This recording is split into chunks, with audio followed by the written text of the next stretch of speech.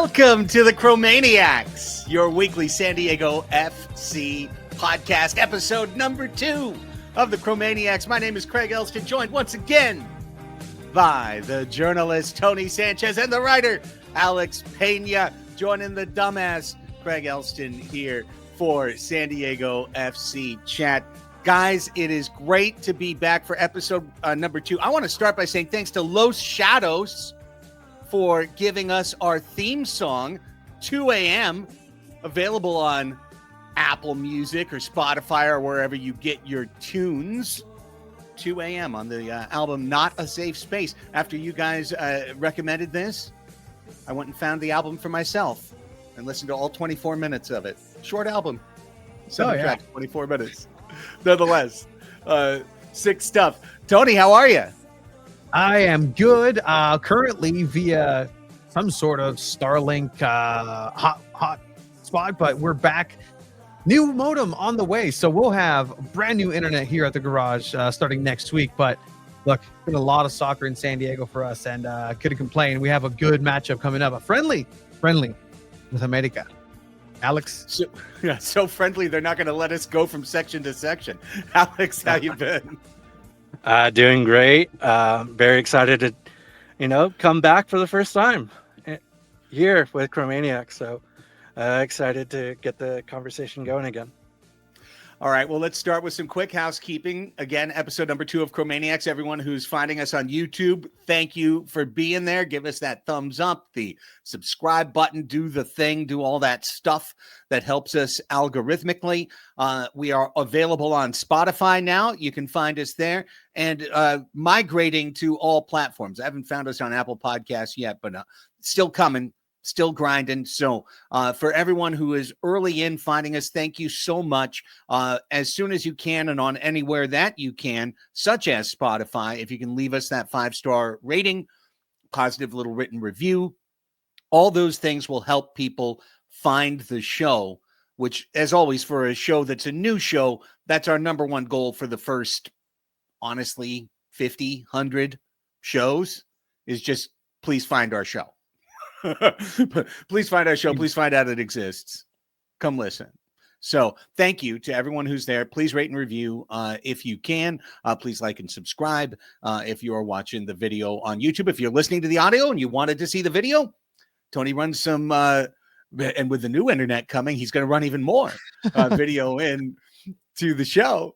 So check it out on YouTube as well. Just search for Chromaniacs.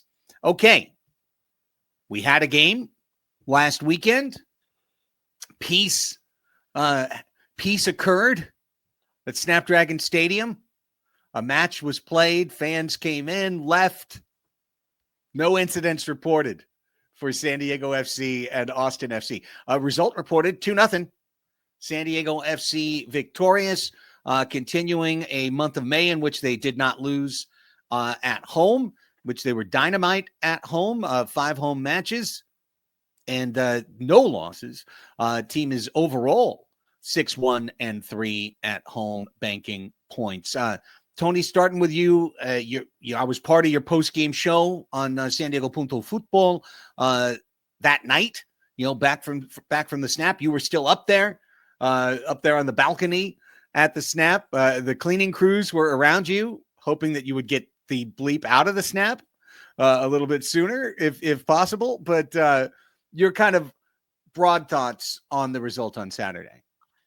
Yeah, it's more of the same, and usually that's a negative connotation, but here it's like, look, it's what we've been promised from Mikey Vadas and company as far as that play style, and I'm glad. I think I mentioned it here for the first time last week on the first episode of Chromaniacs, where I don't think it's a right to dream play style anymore. It's San Diego FC's play style that's really coming through, and Mikey Vadas's implementation of that. And he even mentioned it, that it's like they're just kind of on ultra instinct. And this is a very Dragon Ball anime kind of reference where there's a form where Goku, the main character, just moves without thinking. And it's just the next evolution of what it's like to move into the next phase of enlightenment, perhaps. But here, enlightenment in terms of this play style. And I think they're going to hit on a gear really quickly here where there's buy-in, and there has been buy-in throughout, but they're really, really on the right path. And look, those points don't lie. I lied to Mikey Vadas about the points, by the way, in terms of, hey, you have this many points. I was Yes, you double did. checked. I double checked with the SDFC comps crew, and I said, hey, 25 points out of 30, right? And they looked at me, looked at the computer, did some math, and said, yes, that is correct. Great. Went over, asked Mikey Vadas this. He laughed at me. He's like, oh, you're good at math, huh? But anyways, they still got good points, positivity. 21 out of 30. 21 out of 30. Correct. At home. 6 wins, 3 draws.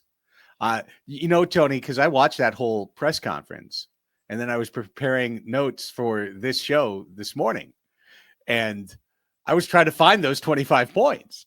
I was like, sorry. Wait, hang on. Am I, nope. This was wrong. The math ain't mathing. Yep. Compliment. Yeah, 100%. Alex, I saw the write-up at Chromatic FC on the broadside. San Diego controlling this match pretty much. Yeah, just complete possession, all throughout the game. They had their chances early on in the first half, and they just took control, and they couldn't finish, early on, and then they kind of were a little bit more patient and really guided those passes through, and finally, found the back of the net. So that was really good. Austin FC, very passive throughout the game, except for when they started the second half, and they caught me a little bit surprised that they kind of changed up a little bit. They wanted to be aggressive, especially in the final third, and they had their shots on goal, but ultimately they took their best playmaker out, Brandon Vasquez, which was very confusing. That you're kind of telling your team and telling your fans right then and there that you're not really trying to win, and that's got to be hard for to be an Austin FC fan to see that. Yeah, that was one of the things that stunned me was seeing the XG after the game, and based on the XG, it's like, was Austin even there? I think it was a 0.25. I mean, that's ludicrous in terms of if you are an Austin FC fan going, why did we make the flight out of San Diego? I hope they got a chance to go see the zoo, or at the very least, go down to Barrio Loca and get some good tacos. Like, I hope they made something out of the trip, because their trip to Snapdragon Stadium, they probably got weirded out by a security circle going, what's going on up here? Is something wrong? Did we do something wrong? And then they left with exactly as many goals as they flew in with. It was this is an SDFC podcast, so I'm not too long on Austin. I was just stunned by how little there was. I mean, once it was 1-0, it felt like it was 100-0. Oh yeah. Listen, it kind of seemed like they wanted to sit back and then counter when they had their chance, but they just didn't get those opportunities. San Diego FC really kept control of the pace and control of the game the whole way. So, maybe it was like giving an early look and seeing what they can do, but then once it got late in the game, once it got to that 1-0 score, like you said, it was over. They kind of gave up a little bit towards the end. I thought of you, Alex, It's in over. the press box. In the press box, I thought of you because guess who started up front? Oh yeah, Oni Valakari. And last time you're like, if I see Oni on this starting lineup in that position, I'm going to lose it. And guess what? Boom, he appeared. And I think I figured out the kind of the why, right? Like, this play style demands somebody up top to be physical, right? You say, why not Milan Ilovski? Why not Tomas Angel? They need that big body to hold up and tire out the defense and just wear them down and grind them down. And that's why they're so successful towards the end, the last 10 minutes of each half, or just coming out of a half and just being lightning quick, because they were winding and creating that space between the defense and the midfield to where you can sneak in some quick play in there. But yeah, I thought of you. I'm like, oh, Alex is going to love that. It's just seeing him right down the middle do probably absolutely nothing in terms of shot scoring, ball control. But yeah, I was like, oh, Alex, it's starting. Yeah, I love this. he's not your prototypical, nine that you want to see out there. He's not going to take a lot of shots on goal, but I think, yeah, last game he kind of did his job. He kind of did what he needed to do there, and get some passes off.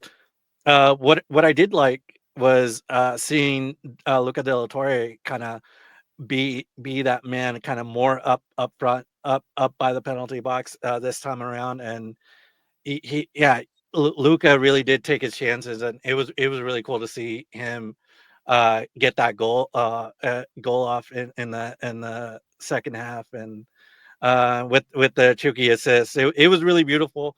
And especially when you saw Ani kind of go for the near post. I kind of like that Chucky had his options. Like, well, if I pass it quick, I could give it off to Oni, but he was a little bit more patient and settled with De La Torre coming in towards the penalty area. So that was really good. Great patience by Chucky Lozano, and really great finish by Luca De La Torre. And one thing that stands out watching MLS, Tony, is there's a lot of boom ball that's played, in terms of long balls forward. And to have the ability to effectively trap that ball on the run, control it with an effective first touch, and convert those balls into scoring opportunities, to me, seems like something really important for an MLS side. And that play was illustrative of that perfectly. Lozano's trap and his ability to maintain pace while he is capturing the ball. That's everything, because, just imagine how hard it is. Put yourself in that situation. The ball's coming down. You're running for it. You want to turn around. You want to protect it. You want to chest it down. You want to get control. By the time you do that, the defense is all over you. The play is over. It's done. He has that ability to stay progressive, to stay positive in his action as he is collecting the ball. And that gives him the time that Alex just talked about, Tony, in terms of that time to not, okay, Oni, nope, better options coming. It's Luca right down the middle, and I can hit him with a simple pass. And that's what he's been excelling. Since we've seen Chucky Lozano be healthy, and we'll get to that. He was hitting this very good stride in his style of play, right? Because he's hardworking. He already proved that he's going to be a 8 minute. He already proved he's going to be that person that you can trust on to go up against LA Galaxy and punch him in the face and track down a ball and just do those hard plays. Now it's the creative side, the fun side of Chucky Lozano. So it's a shame to see him go down in that game, but just to give that play style, just everybody's kind of adapting. And can somebody like Alex Peña do that later in case now Chucky Lozano's injury and what that timeline is going to look like? But it's a really beautiful goal. Props to Patty McNair. That Rafa Marquez-esque long ball. That's such a great vision. Just knowing, like, I'm going to give this a boot and somebody better be there. And Chucky Lozano was there. Like, that's kind of that playing without thinking sort of situation where somebody should get this. I know the play, the book says I need a hit, right now. So I'm going to hit. Let's go ahead and go. There should be somebody there. I did my job. Everybody's taking care of themselves. That's a team goal. Well, And Patty, Alex, sorry, go ahead. Talk about Patty. I'll and then real quick. I'm sorry. And yeah, Patty McNair actually did that twice. He went back to back to that same shot, and second one was absolutely on the spot. Great pass to Chucky Lozano. So speaking of Chucky, let's just go ahead and hopscotch to that right now, because the goal happens in about 4 or 5 minutes later. Chucky's on his seat. He's coming off.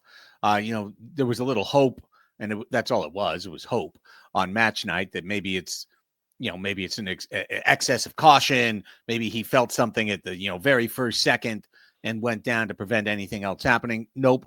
Now the report is out that Chucky Lozano, who has just been selected for the Mexican national team after months and years of not being selected for El Tri, finally getting the call back to wear the team colors, and instead now he is out for the CONCACAF Gold Cup over the course of the next month. And Alex, as you wrote in our rundown, it just, for Chucky, Never mind for Mexico fans. For Chucky, this is just such a gutting development to get hurt literally the minute before, so to speak. You're about to go play once again for your home country. Yeah, it's I myself, Mexico national team fan. I really wanted this for Chucky. He's been working so hard. He really thought that this was going to be his opportunity to come back and put in the work, get those goals in, get those assists in with San Diego FC, and potentially come back to the Mexican national team. And it's tough to see that he's going to miss out on the Gold Cup. It's terrible news, and it's another hamstring injury. It seems like, and it seems like he's going to miss probably the same amount as he did last time. And I know, Tony, you've heard this in whenever he's up there on the press conferences, that he wants this so bad. He wants to be there with the team, and yeah, he's been saying it all along to all the media. Like, this is what he wants to do. Yeah, but are we surprised? Like, again, like Mexican national team fan Alex aquí también, like Chucky Lozano, man, like that's always been the story, right? Like he's our guy. He's representing Mexico in Napoli, he's representing Mexico in PSV Eindhoven. He's out there doing it, but he gets these short sprints and bursts where he just kind of ends up on that injury list, and just the hamstring is a nagging one. I do believe it's going to be a similar time frame for Chucky Lozano in this injury. But if I had to do silver lining, is this a good thing maybe for SDFC now, but just in the future where you don't have Chucky Lozano out on international duty, out in international play? Of course, you want the best for the player, have a chance of the World Cup here at home. But if you're a San Diego FC fan, it sucks right now. But when he does come back, like, you're going to have a Chucky Lozano where otherwise you may not have, or Chucky Lozano more used up in a sense with a couple of international games here for leading up and in Gold Cup.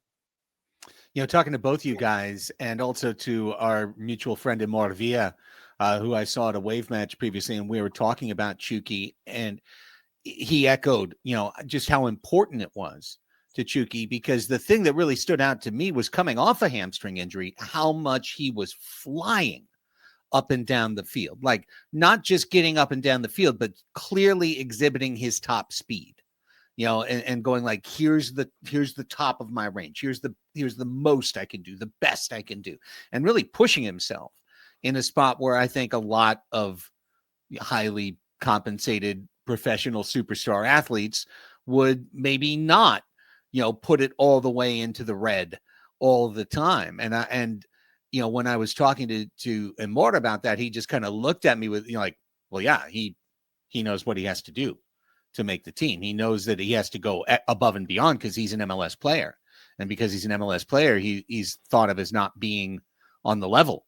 And so he has to show his level. And so that's why he's playing as hard as he can. So, it's a real shame. And if it does wind up being a cat's paw in SDFC's favor, that he winds up having a little bit more in the tank in the second half for club, because he didn't have the opportunity to feature for country and to give it 180,000%, out there going like, if you thought this was my top speed, wait till I put on, the green, the red, and the white. I'm going to go even faster and even harder for you. So the best to Chucky, going forward, and hopefully this all works out for him. All right, continuing through our discussion topics here. This is what we do on Chromaniacs. We're going to start with kind of the hot topics of the week in SDFC. We'll go through the voice of the supporter and talk about what's going on, because there's certainly a lot of follow-up to what was going on in North End. And we'll wrap by talking about SDFC and Club América still to come before the show is over. I wanted to go back to that line that you mentioned, Tony, because not only did Mikey Vara say it to the press, in one of the clips that San Diego FC has put out on Instagram and other social media, you saw when he said it to the team. And the funny thing was, he said it with conviction to the press. To the team, he couched it. He was like, I think that maybe the play is starting to get into your blood. And then to the press, he's like, they are playing without thinking. The football is now in their heart. It's in their blood. It's going into deeper levels, of their body. And do you agree? I'll start with you, Tony. Do you agree? Are they playing without thinking? Or is this Mikey manifesting what he needs at the end of the year? I think there's some truth to that, definitely, because first of all, I think everybody started ahead of schedule of when the chemistry would be built, and that's the most important thing with this style of play is being able to build that chemistry and being able to trust that your teammate will be exactly where they're supposed to be, and if they're not, they're working hard in order to get to that position. And I have to agree, especially in this game where Yepes Verskov is not in the lineup. Yepe, the captain, the metronome, the drummer, the whatever the tone setter of this particular play style is missing in the midfield. And you throw Alvarado, you throw Godoy in there, you throw de la Torre, and you're still expected to adhere to this style of play, this philosophy that you've been instilling with the help of Ingvartsen still on the lineup, who then comes back, and Yepes Verskov, and it seems seamless. I'm not gonna sit here and say like, well, SDFC didn't need necessarily missing Varsen, Sverskov. They did 1,000%. This team is better with Yepe, your captain, but Alvarado didn't do bad, and we've seen the development of him. This is the first game that San Diego FC wins with Alvarado starting in the lineup this year. Yeah, he looked really good. I like that this team is a mix of veterans and the young players like Alvarado, like Verhoeven, Bombino. It just seems to work well. Everything is just connecting. It's flowing the way it should be. They played a lot of hard games already in the schedule. And guess what? There's going to be more, and it's good to see that they have a little bit of depth in there, because there's going to be games now that the players that went out for international duty are not going to be there. So I think that's going to be coming up pretty soon. And yeah, we're going to see how much depth this team has, going into those games. Something that you talked about a little bit earlier, Tony, is kind of sticking in my mind, which is talking about the need for physicality at the 9, almost in the sense of how in a basketball offense, a center might take the post to free the wing, to draw defense to allow the wing. You've got your 2 DPs on the wing, Lozano when healthy, Dreyer on the other side, usually. So in the 80th minute against Austin, Marcus Ingvartsen returns to the lineup. He's back from injury. He does get a header on net. I think that's what you're pulling up right here. Gets one pretty decent chance. Keeper right there, clinical, right place, right time, makes the save. But that's a player with the size, with the physicality. How excited are you to see maybe Ingvartsen, who didn't necessarily feature brilliantly in the first few matches before he got hurt, maybe take that next step that Valakari cannot, to add touch and scoring to the physicality? I think it's unfortunate that you can't have Chucky next to him. And that's where I'm waiting to see the San Diego FC in this playing without thinking style with a full squad and a full healthy squad. Because Yep has been doing most of the teaching, most of the philosophizing, most of the tone setting. But if you have somebody up top, and I think that's where San Diego FC's definitely been missing that aspect, where they'll create all the chances, but then when it gets to the final third, they kind of don't know what to do. There's too many options, or sometimes they just kind of freak out. They're not clinical. You have Ingvartsen and his Skechers, by the way, only player I know that wears Skechers, Skechers cleats. And so he's able to not only score, but also create himself. When he saw Ingvartsen in the beginning, there were some calls for like, hey, when is he going to score? When is this guy? Is he a striker? Like, what's happening here? But now if he's trying to take the style of play into consideration, he was doing exactly what he needed to be. He needed to be that disruptor. He needed to be the person that carried the mark and took care of a couple of defenders just to open some space up for Dreyer and or Chucky. So I'm very excited to see what this team is going to be able to look like with that 9 in there. And not only that, I want to see Valakari in the midfield. So that frees him up for that. So it's a bonus there too. Yeah, me too. Because I don't want to see Valakari in the 9. And then for Ingvartsen, I love how the team, like, they knew he was on the pitch. They knew he was there, and they were trying their hardest to have him score that goal in his first, returning match from injury. I love that. It kind of seems that this team has a really great connection, and they want him to have that moment when in his first match for coming back from injury. So I'm excited to see more Ingvartsen. And yeah, he's going to be the kind of player that we kind of are been waiting to see in that 9 position. So it's about time that we finally get to see that. And yeah, we do need to see this whole thing kind of develop, right? With the full squad, with Chucky there, Chucky and Ingvartsen Dryer. I can't wait to see it back again.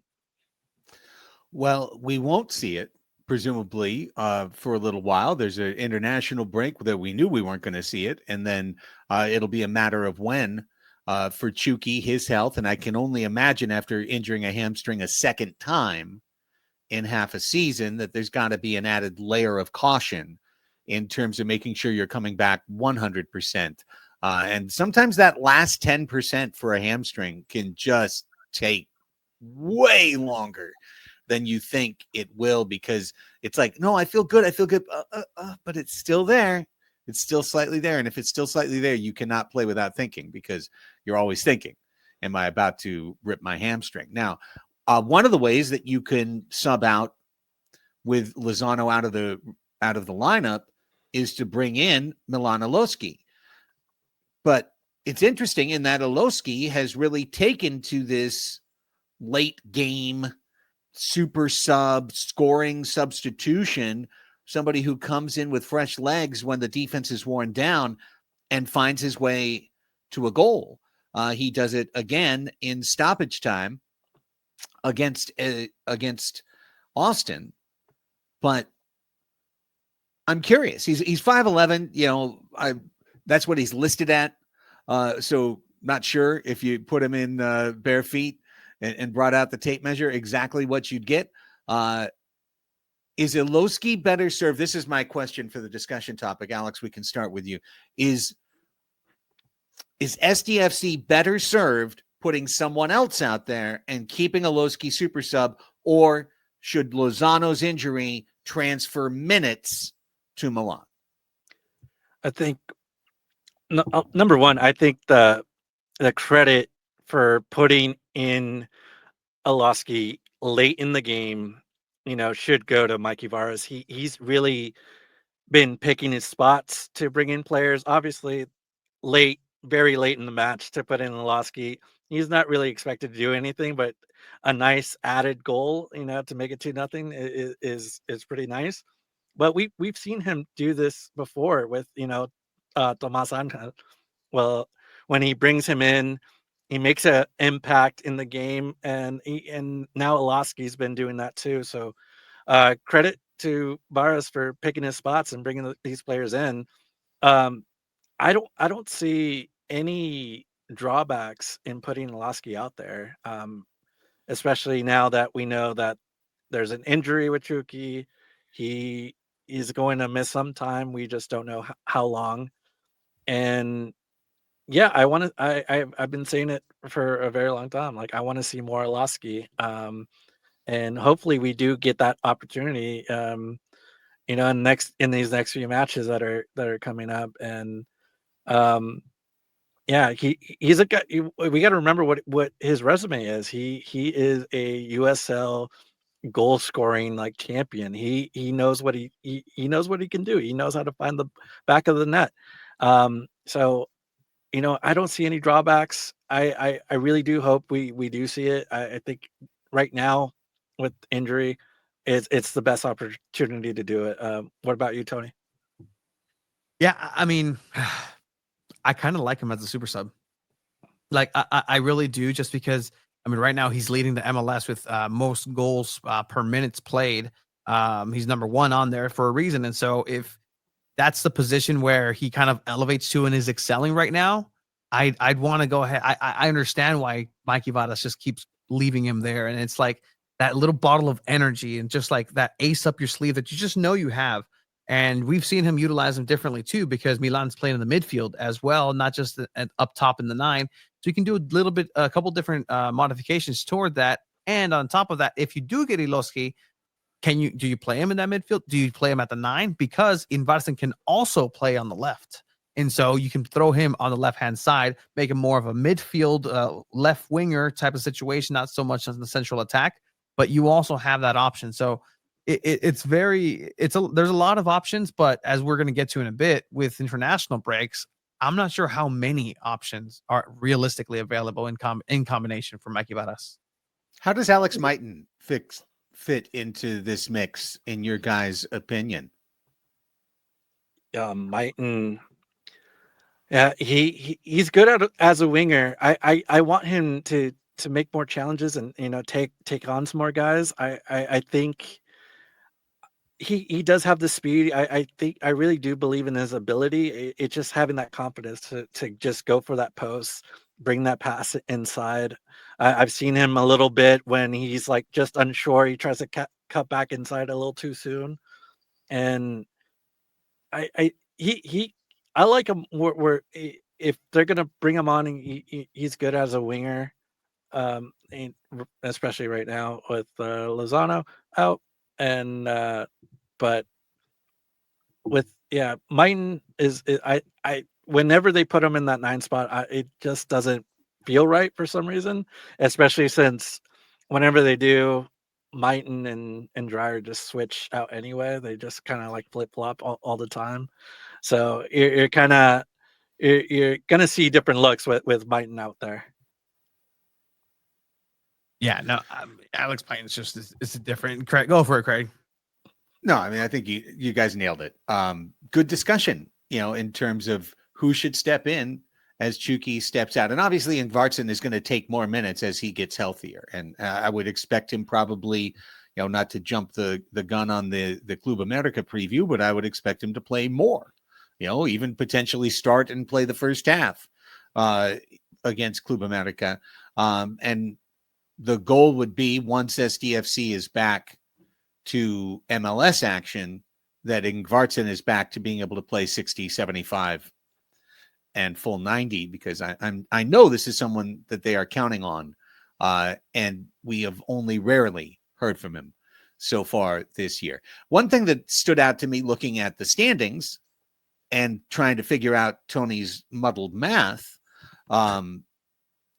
for 6-1-3 at home, which is wonderful, 21 out of 30 possible points banked, but also 10 home matches so far for SDFC. We obviously just saw 5 in the month of May, and only 7 on the road so far. Obviously, that flip-flops in the second half. You haven't seen some of the top sides yet, such as Vancouver, who you'll see home and away in the second half. So I guess my question to you guys, Tony, starting with you, how important has it been for both the club to have banked these points and for fans to keep that in mind if there's a little bit of wavering in the second half, that you played a +3 front-loaded home schedule in the first half of your first ever season?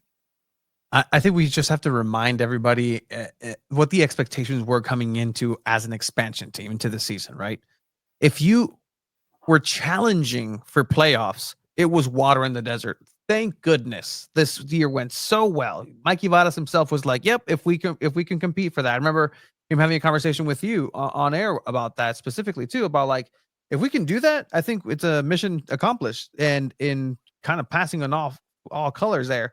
But now you're in second place. You're competing. There are leveling and adjustments being made to power rankings that, like, this is just a couple of months removed from you telling everybody they were going to be 15th, dead last in the West.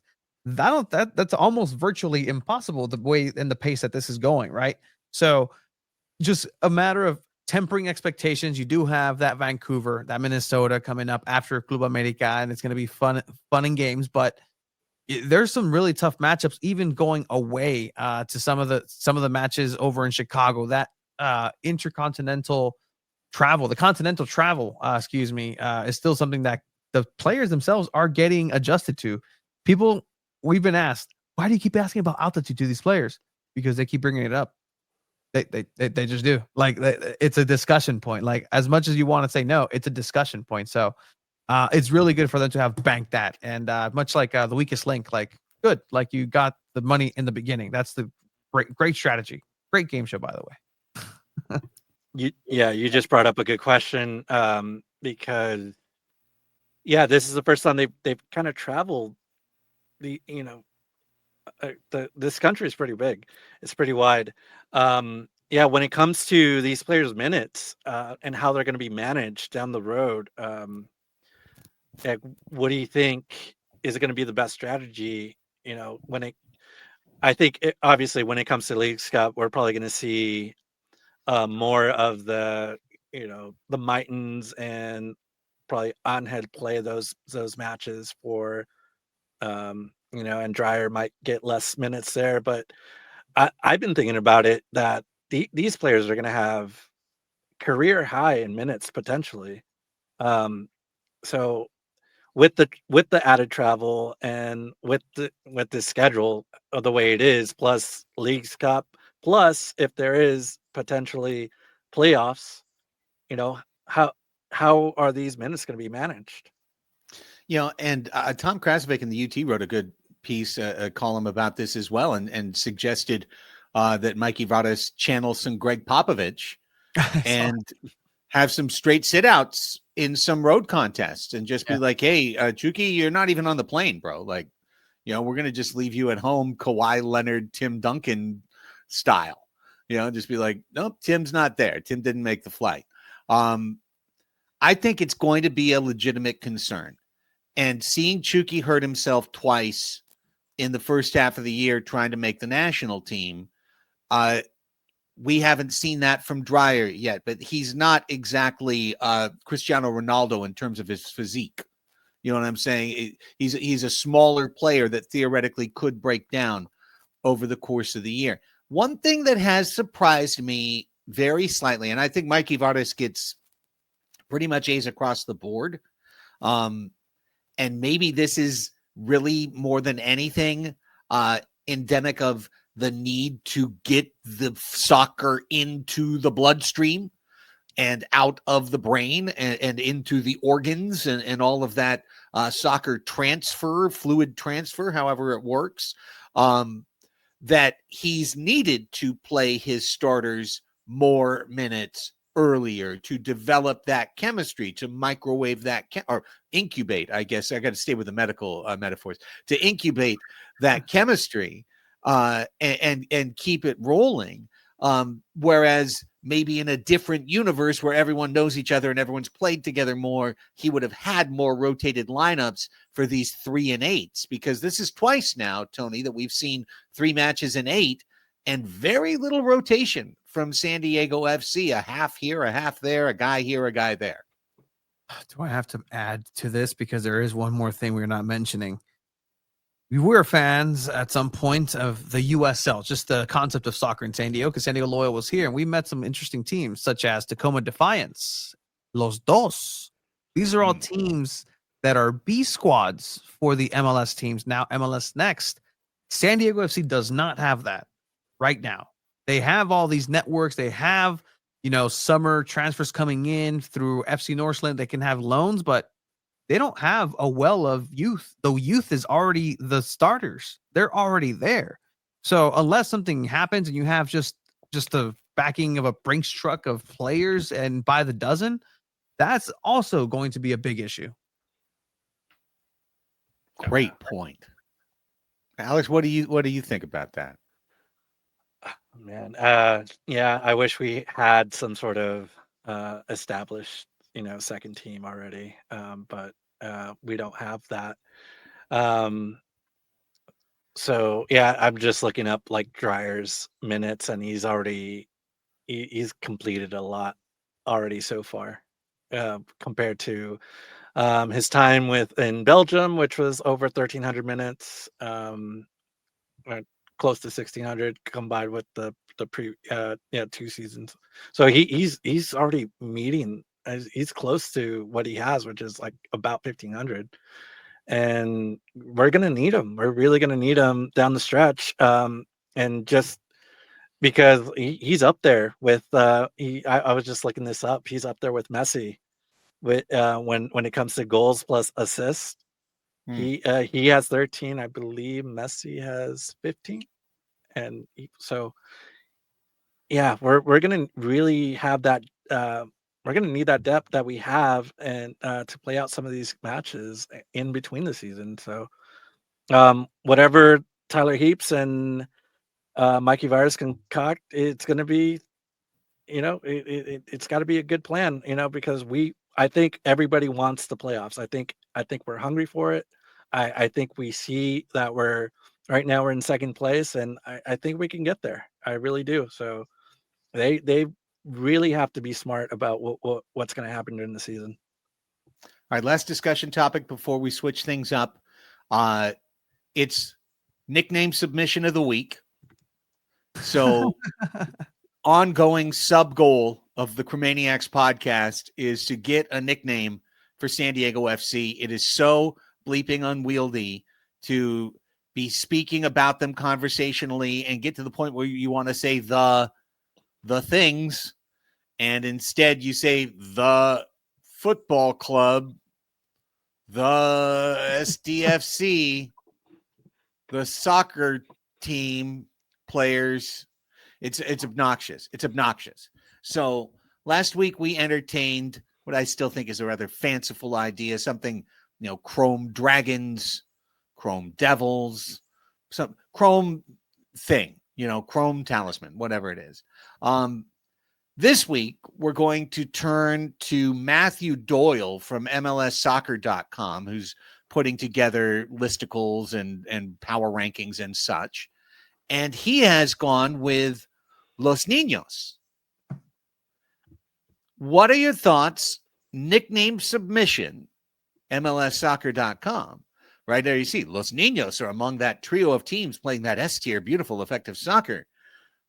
What do you guys think? Los Niños, is this a workable nickname for San Diego Football Club? Go for it, Alex. I'm going to give it like a kind of like in between. Not a thumbs up, not a thumbs down, not a thumb sideways. It's a good submission by Matthew Doyle. I follow him, and he writes his power rankings, and he has really good write-ups so far about San Diego FC. I think he really likes what this club is doing. But yeah, he's really trying to make Los Niños a name, a moniker for San Diego FC, and it's okay. I mean, Los Niños, we do have Tatis, El Niño. I mean, it's a young team. We do have Right to Dream. Yeah, Right to Dream. Yeah. There's going to be more Niños along the way. We've got Niños bunking and singing hills right now, trying to, earn that right to dream.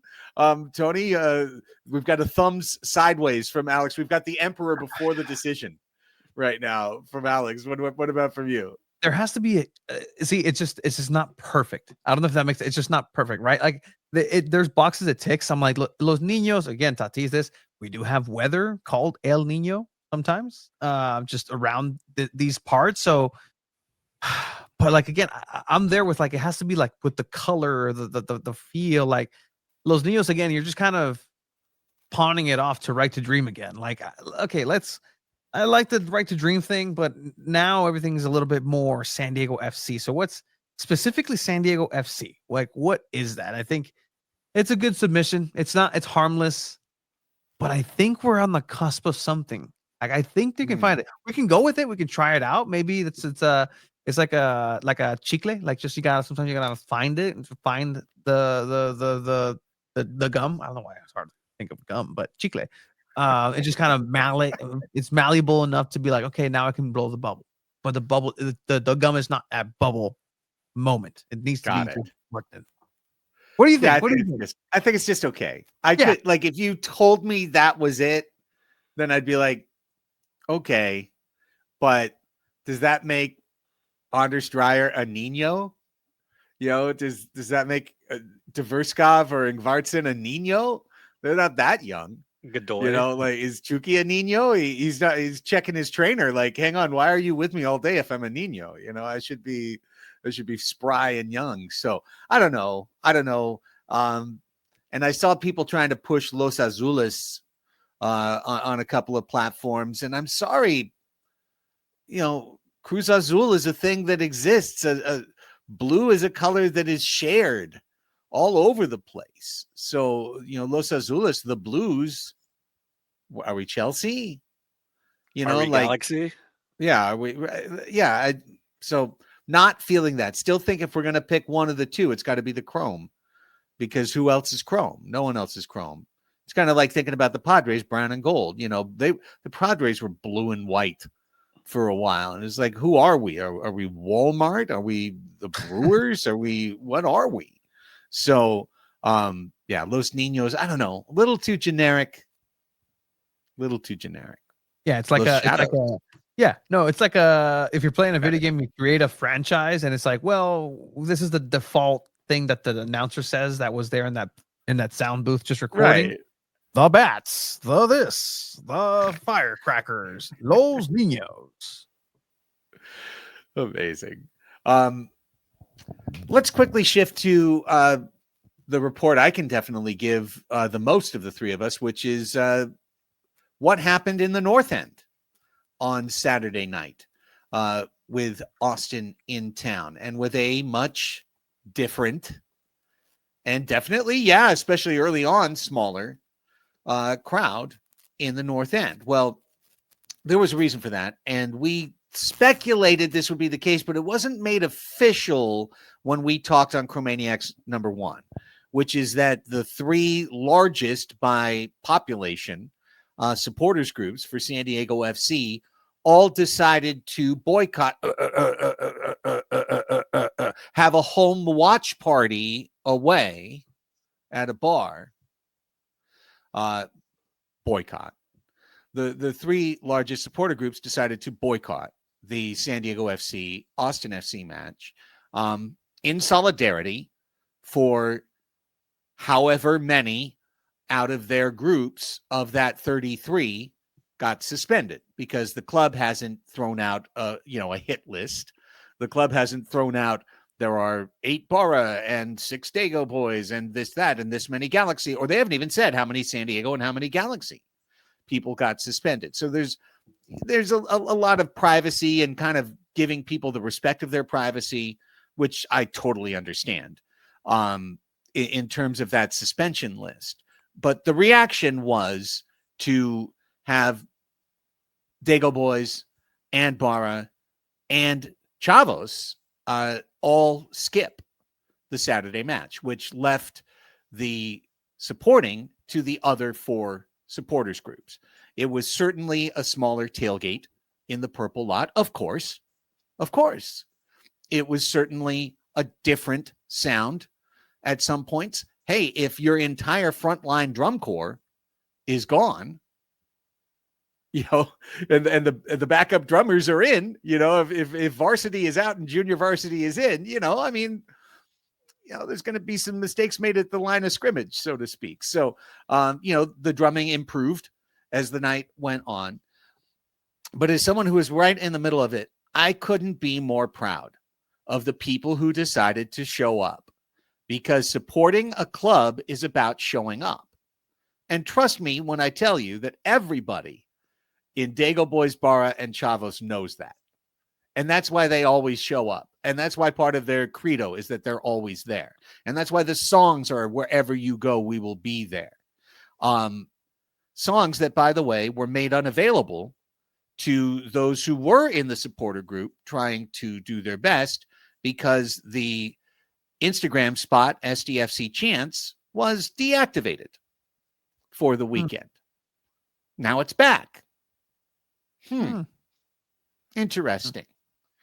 I'm telling you what happened. I will further tell you that being at the Purple Lot and in the tailgate, I know that from many of the people, leaders, capos, people who were there, who knew that the match night experience was kind of on them that night, there were folks that had hard feelings, that felt abandoned, that felt like something's not right, but those people all did their damn level best. And I really appreciated San Diego FC highlighting that the next day and highlighting that over the course of the next couple of days on social media. And big shout out to the Riptides and to the locals and to the 18th Battalion and to IG 8 SG 8. I always forget their name. Yeah, USG 18. USG 18. Dang it. I always get it mixed up. The acronyms I get mixed up. But nonetheless, I was just really, really excited for those people. And the last thing I want to say, and then I'd love to get your reaction, Tony and Alex, but even since then, and I'll probably say this for the 80th time, but Mark Ziegler can generally fuck off. I mean, the writing in the UT about this was literally Facebook group sourced. It was literally Facebook group sourced. No reporting being done, no one being called, no actual questions being asked. It was lifting stuff out of MLS fan Facebook groups and writing it in the Union Tribune. And so it's like, yeah, I saw that quote because I saw it the other day on Facebook. It's like when I read it in the paper, I was like, really?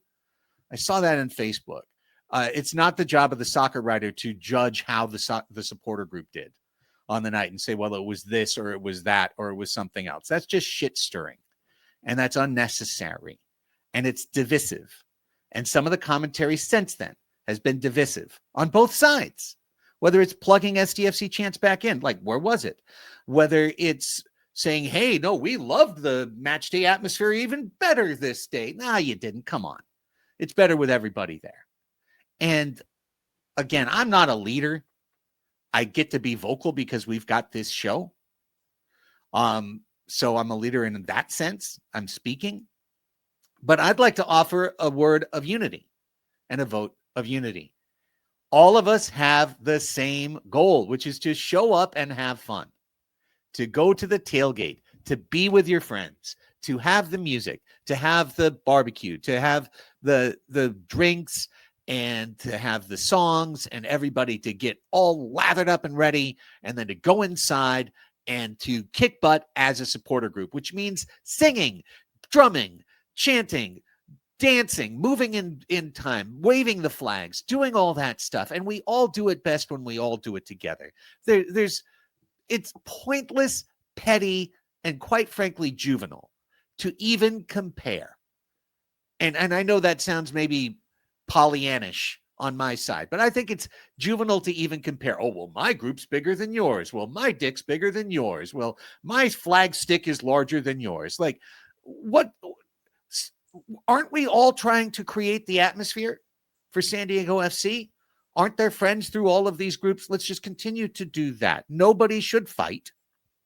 I am upset that because of what happened against Galaxy, the club has now forced supporters to leave from the north as well as enter from the north. As a trolley goer, you are pushing me further away from my trolley. And I may actually leave a few minutes earlier than I would have otherwise because I now know I can't beeline to where I need to be. I've got to go completely the opposite direction. So not happy about that. Understand why the club did it. Not happy about it. Excessive. Adding security to Austin's group of 20 supporters was literally laughable. That was hilarious. That was so funny. Like, dude, you could have saved that money for an end of the season party. Like, you did not need to spend that money. That was a mess. But that's it for me. Really, really proud of the groups that were there. I'm proud of the union overall. And I think the union thrives when everybody is there working together and responsibly being great, passionate, crazy supporters. And I look forward to seeing that when MLS play resumes. I'm sure we'll see it against Club América as well, although as we'll discuss, there's split loyalties sometimes. But I look forward to seeing that when MLS play resumes. Tony and Alex, your thoughts? I mean, I was there in the press box, and it the way sound travels in that stadium, it's a little weird because it's sometimes louder just because it's right there.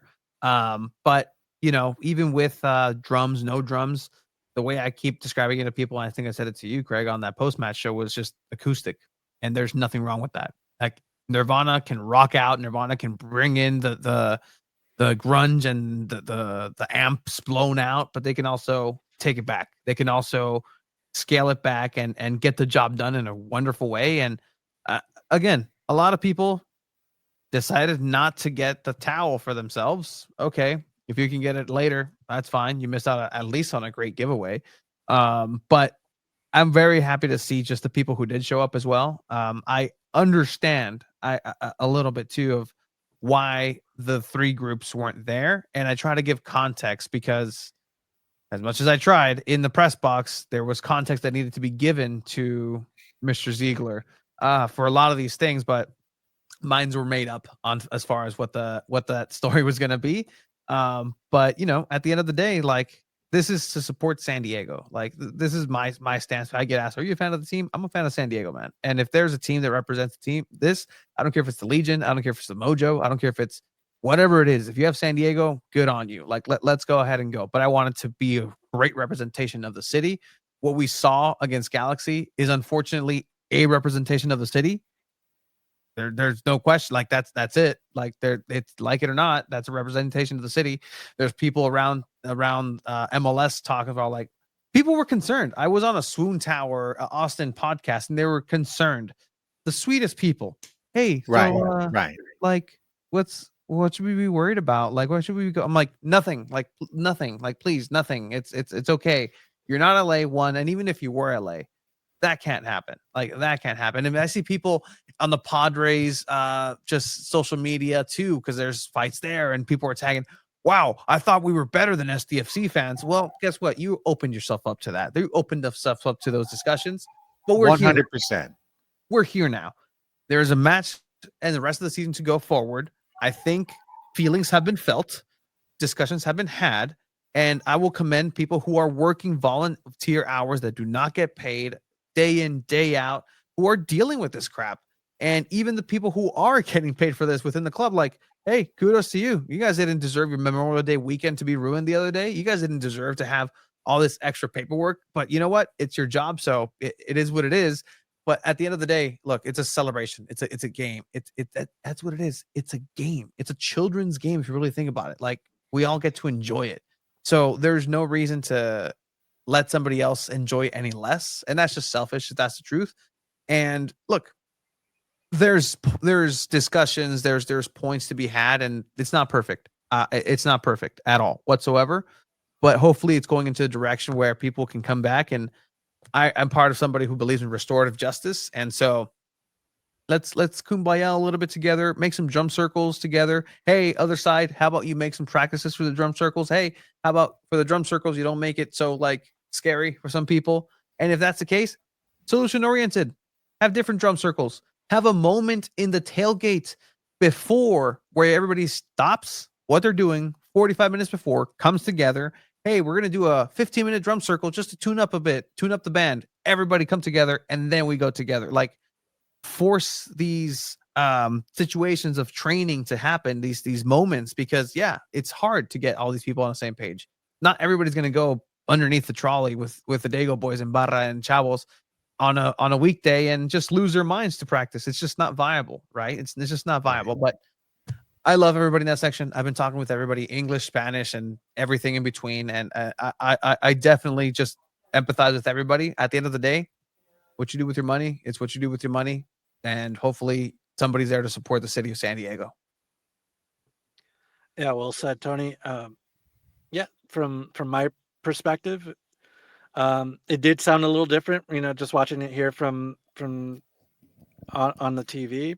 But I really do respect all the people that were out there, singing and doing their best, and you're providing. I think the thing that we kind of forget is you're providing the atmosphere that is going to happen when you go to one of these matches, and you're part of that. And when you're not there, you know, people kind of, they will tend to notice a little bit. So um um I I'm all about streaks. I'm all about, like, who was there from the very first match. Well, I was there, but then I can't attend to every match. But there's gonna be some supporters there that are gonna be like, hey, I was there since day one, every home match, and I That's think right. that's gonna be really cool.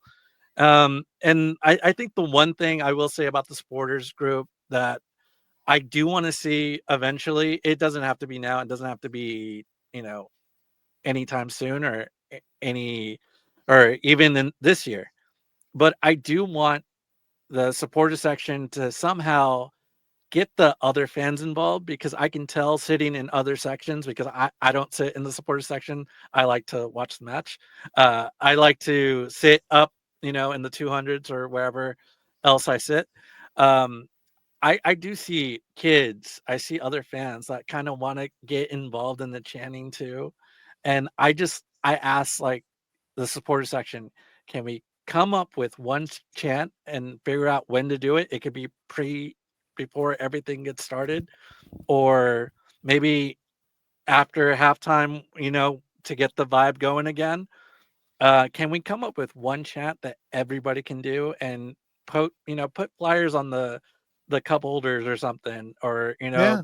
team up with the team and do something, so they can put it up on the video board, something like that. That way everybody can get involved.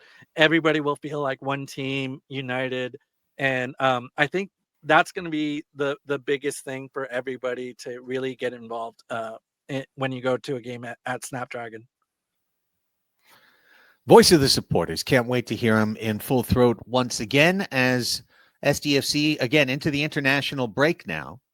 And we wrap up with a preview as Club América comes to town, rescheduled, originally scheduled for the 21st of this month, pushed up 2 weeks to Saturday, June 7th. This is not Leagues Cup. This is just an exhibition match. This is just a friendly.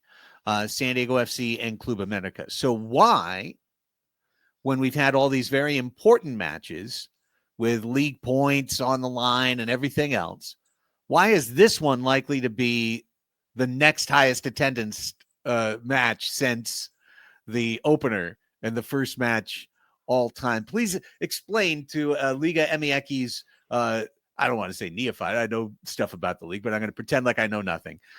Pretend like I know nothing and explain why Club América matters coming to San Diego for a match that literally doesn't matter. Sidebar. Alex, ¿a quién le vas en México? ¿Quién le vas tú? There's only one answer. There is one and only answer to this Oh, no. question, and Oh, it no. is Chivas Guadalajara. Okay. Just cool. Yes, Just it's no other team.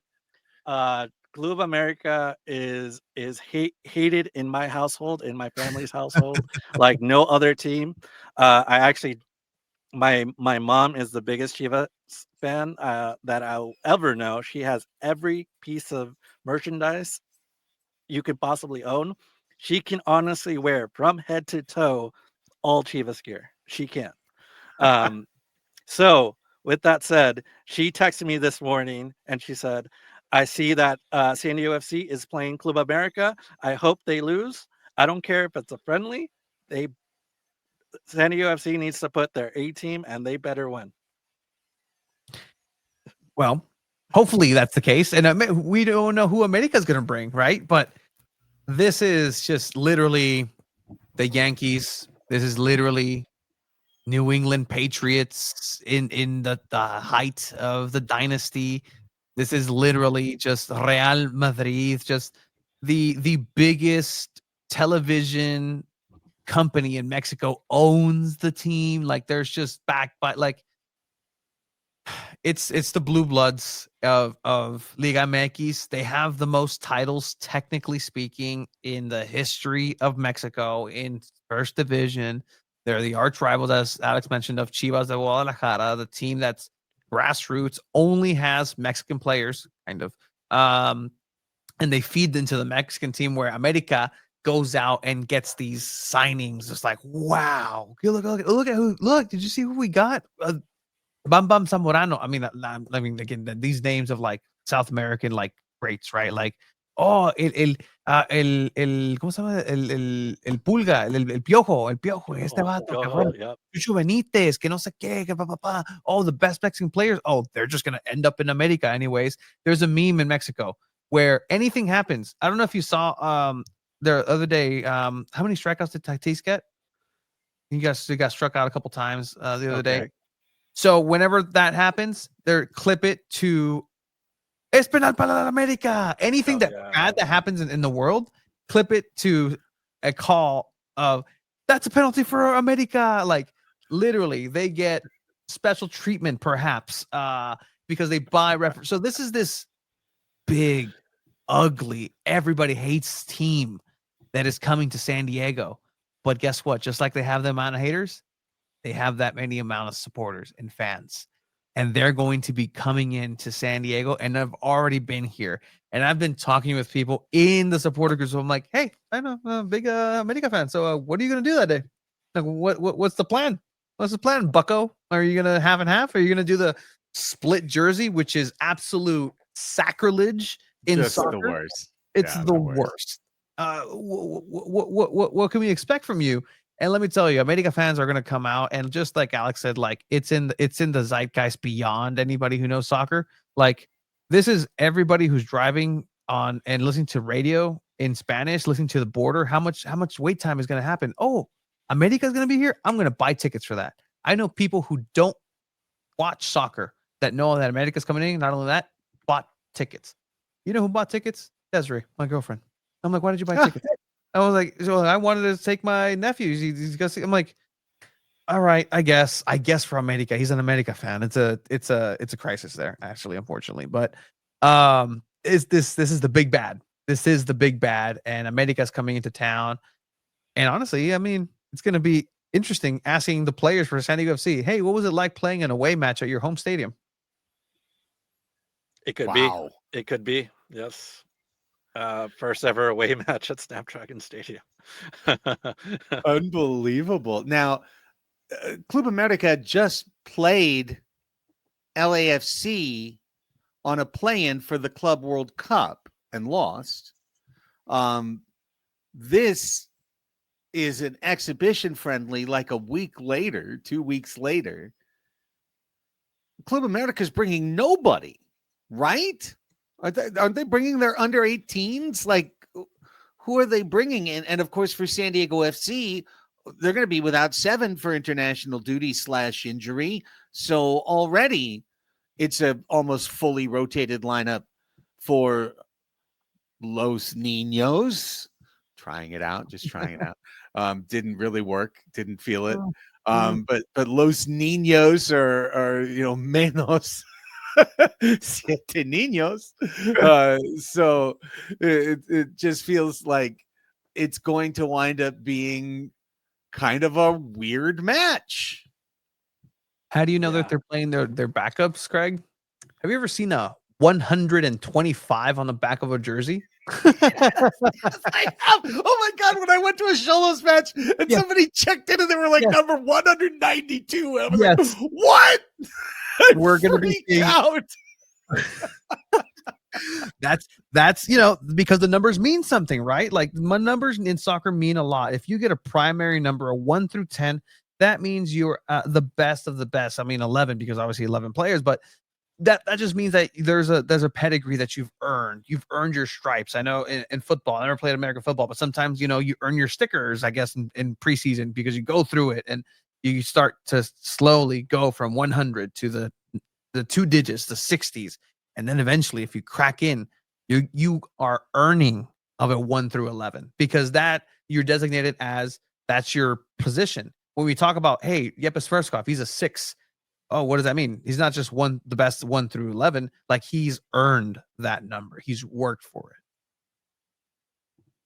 Yeah, that's true. Man, I was just kind of wondering, like, are we gonna see Alejandro Sendejas in this match? Maybe, I don't know. He played for FC Dallas. He played here in the States. Spent some time with the Chivas. He's a traitor. Most likely, maybe we'll see Walter Portales. He played with the Galaxy. He's a LA native. We'll probably see him out for Club América. And yeah, we'll see who shows up for this match. For on the Club America side, but on the SDFC side, that's gonna be interesting. I think we're gonna see a lot more younger players than we've seen. On the roster for match day. I'm for someone who I'm excited to kind of see if he's on the either starting 11 or on the bench. I do want to see Manu Dua if he plays out in the midfield. I think when we first signed him, I kind of saw kind of like the back of the baseball card, right? The guy is 6'4", and I'm like, damn, that he's big for a midfielder, and I think he has a little bit of size and strength and speed to him. So I do hope that he gets the opportunity to play some minutes, and hopefully we can see a little bit from him, because we really don't see that much from Dua. The other kid that I do want to see is the 16-year-old Saidi. That's another kid that I do want to see play in this match, just because we don't have that that second league, the second team that we can see stats from, and see them play on a regular basis. So this is their opportunity to play. I do hope that this is their chance, and we finally get to see a little bit of the depth of the team. Tony, is there any chance that we see the man who you continue to hold up a card for, like the limousine driver at the airport at Terminal 2? Just is there any chance? Yeah, Mr. John Doe himself. Well, he celebrates whenever he got San Diego FC wins. So let's see if I got the ripped, but I'm gonna keep it. Andres Reyes. Is he alive? Is he a person? Yeah, he's out there. I don't think so. I really don't think so. It's just this knee issue is just becoming just longer and lingering, and it's just such a big mystery where he just might appear, because last time he appeared, he was still on the ramp up for recovery, and he just kind of decided, okay, he can play a full 90 or at least be a starter. He decided against that, got himself a red card. Maybe disagreed with Mikey Vadas, like, maybe I'm not ready. But I don't think we see him. But I do think we see Ian Pilcher back in the lineup. We saw him against Austin the first time around. Kind of, took him a second to adjust to the match. But I also think we were going to see Bruseth for the first time as well. Just on that starting lineup, that center midfielder from SDFC, part of the expansion draft. It's, and outside of that, there's not a lot. I can't say there's a lot of depth that's left to be seen. Yeah, sure. But Hamidi Diop, we've seen him be featured a couple times as well, right. But there's not a lot of depth there. Maybe in goal, Pablo Cisniega, I could see him playing. He is going to be available for media tomorrow. Pablo Cisniega, Mexican goalkeeper. So maybe that's where you give Dos Santos a much needed rest as well. All right. So some rotations expected, including in the stands.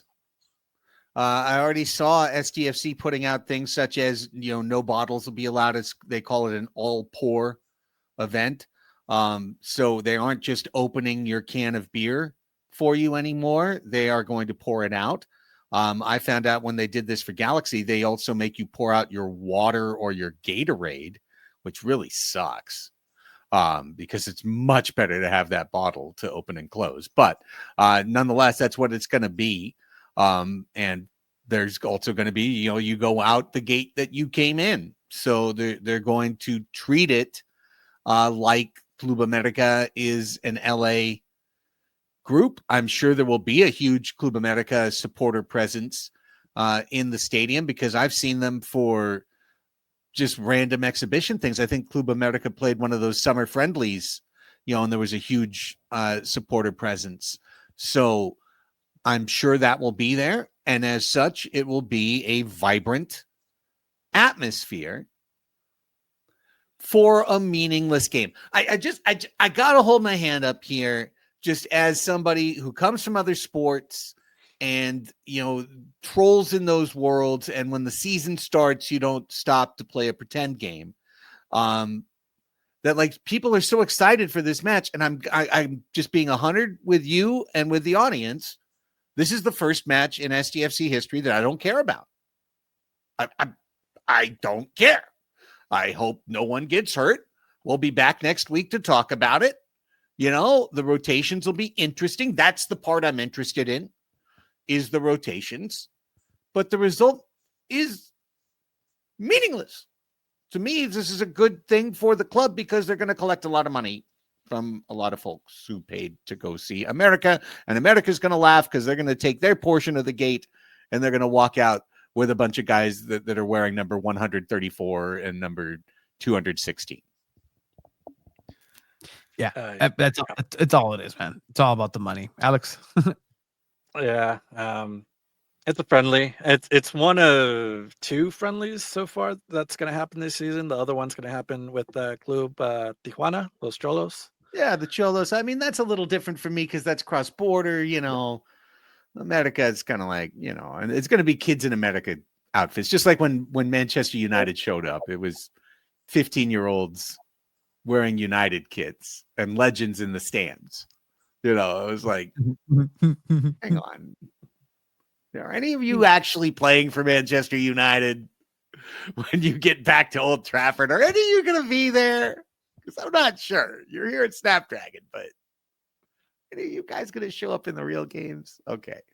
All right. Well, that's that for that. I'm not even going to proffer any thoughts as to it. We'll talk about it again next week. But that's it for episode number 2 of the Chromaniacs podcast. Hopefully you're enjoying what we're doing. Thanks to everybody who's supporting the show. Thanks to all the great people who came up both before and during the match and was like, hey, love the podcast, love what you guys are doing. It's what we need. When I hear something like that, that's what we need. That gets me going. That gets me fired up. So thanks to everybody who has been supporting us. Thanks to Los Shadows for giving us our theme song for it, 2 a.m. Find it, search for it on your platform. Go buy it. Go help out the band. Alex, where can everybody read everything you're writing about San Diego FC? Over on Substack at Chromatic FC. And Tony, what's up with your internet, bro? No, I mean, Tony, where can people find you and everything else that you and Chiva and Abe are doing? I'm finding out that a T-Mobile hotspot would have sufficed. But you know what? Check everything out on San Diego.football. San Diego.football is the name of the game. Go ahead and check us out there. Craig? And for myself, please, if you're a Padres fan, you can absolutely support Padres Hot Tub, patreon.com/Padres Hot Tub. If you want to take that next step, we're doing post-game shows after all of these wins. Padres are trying to make it another win in San Francisco as we're recording this tonight. So we'll see how that one shakes out. You can follow me on Instagram at 619 Sports and Life. You can follow me on Blue Sky, where I occasionally post at 619 Sports. For Tony Sanchez and Alex Peña, I'm Craig Elsten. Thanks to you for joining us on the Chromaniacs. And until we see you next time, go Los Niños. Vamos SDFC.